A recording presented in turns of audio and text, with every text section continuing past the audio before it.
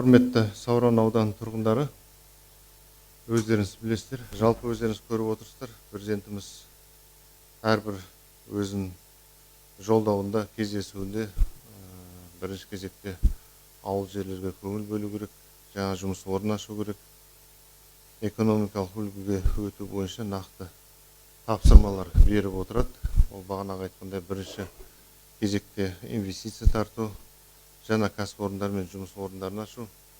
Осы сіздермен кездесер алдын біраз жобалармен танысып, жайлы мектепке барып қарадық. Сосын Борда қаландар құрылысы жүріп жатыр екен, жиһаз салон, жиһаз фабрикасы салынып жатыр екен, солардың бәрін пысықтап қарап келдік. Жақсы, жалпы мынау Сауран ауданында